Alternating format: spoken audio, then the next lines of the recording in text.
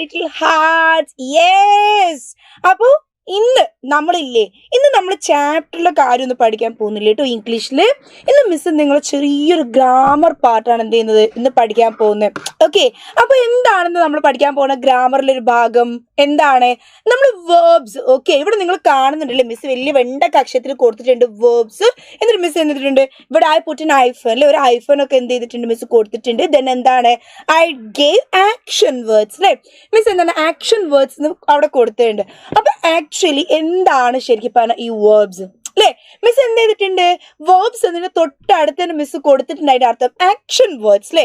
നമുക്ക് ശരിക്കും പറഞ്ഞാൽ അറിയാം എന്താണ് ഒരു ആക്ഷൻ. ആക്ഷൻ മീൻസ് എന്താ? ഒരു പ്രവൃത്തി അല്ലെ. നമ്മൾ എന്താണ് ഇപ്പൊ മിസ് ഇവിടെ നിന്ന് എന്ത് ചെയ്യുന്നുണ്ട് ക്ലാസ് എടുക്കുക, ഇതൊരു പ്രവൃത്തിയല്ലേ. മിസ് ഒരു കാര്യം ചെയ്തുകൊണ്ടിരിക്കുകയല്ലേ. ഇപ്പൊ നിങ്ങൾ മിസ് ഈ പറയുന്നത് നിങ്ങൾ കേട്ടുകൊണ്ടിരിക്കുന്നില്ലേ, നിങ്ങൾ മിസ്സിനെ നോക്കിക്കൊണ്ടിരിക്കുന്നുണ്ട്, നിങ്ങളത് കേട്ടുകൊണ്ടിരിക്കുന്നുണ്ട്, അതൊരു പ്രവൃത്തിയല്ലേ.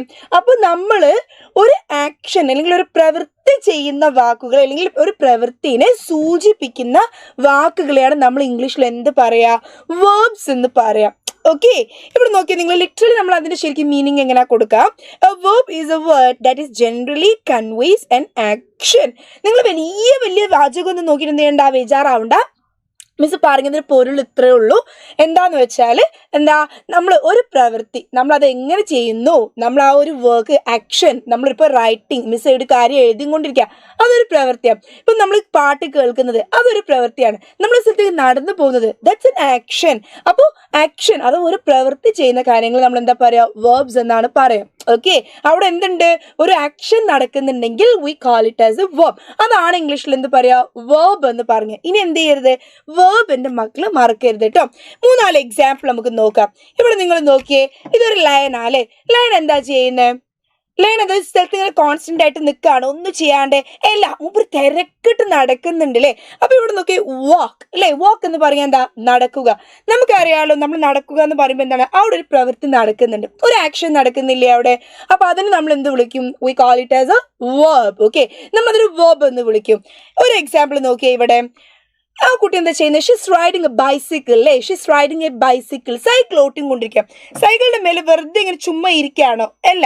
എന്താ ചെയ്യുന്നത്? നല്ല അടിപൊളിയായിട്ട് ചിരിച്ചും കൊണ്ട് ഷീസ് എന്താണ് റൈഡ് ചെയ്യണം. റൈഡ് ചെയ്യാന്ന് പറഞ്ഞാൽ എന്താ? ഓടിക്കുക. ഒരു വണ്ടി നമ്മൾ ഓടിക്കുന്നത് നമ്മൾ എന്ത് പറയും?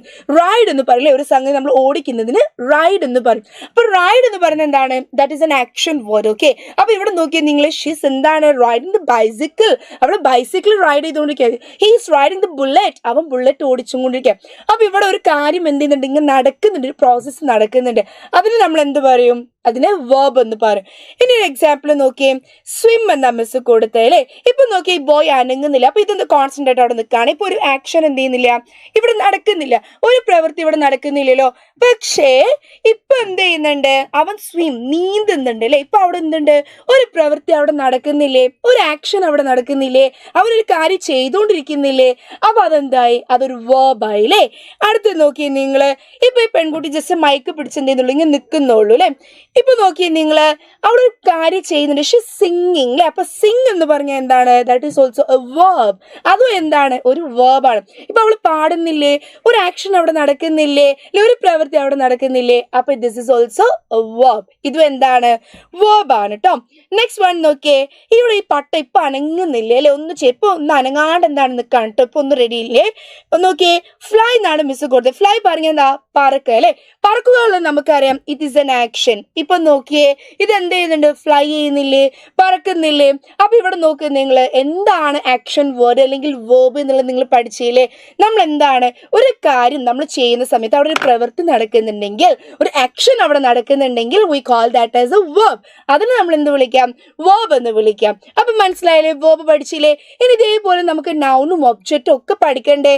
നമുക്ക് ഇതേപോലെ കുറേ കാര്യങ്ങൾ ഇതിന്റെ വളരെ സിമ്പിൾ ആയിട്ട് പഠിക്കാനുണ്ട്. ഇതേപോലെ എന്ത് ചെയ്യും മിസ് വീണ്ടും വീഡിയോസ് ആയിട്ട് വരും. അപ്പൊ എന്ത് ചെയ്യും? അടുത്ത വീഡിയോസിൽ നമുക്ക് നൗൺ പഠിക്കാം കേട്ടോ. Thank you.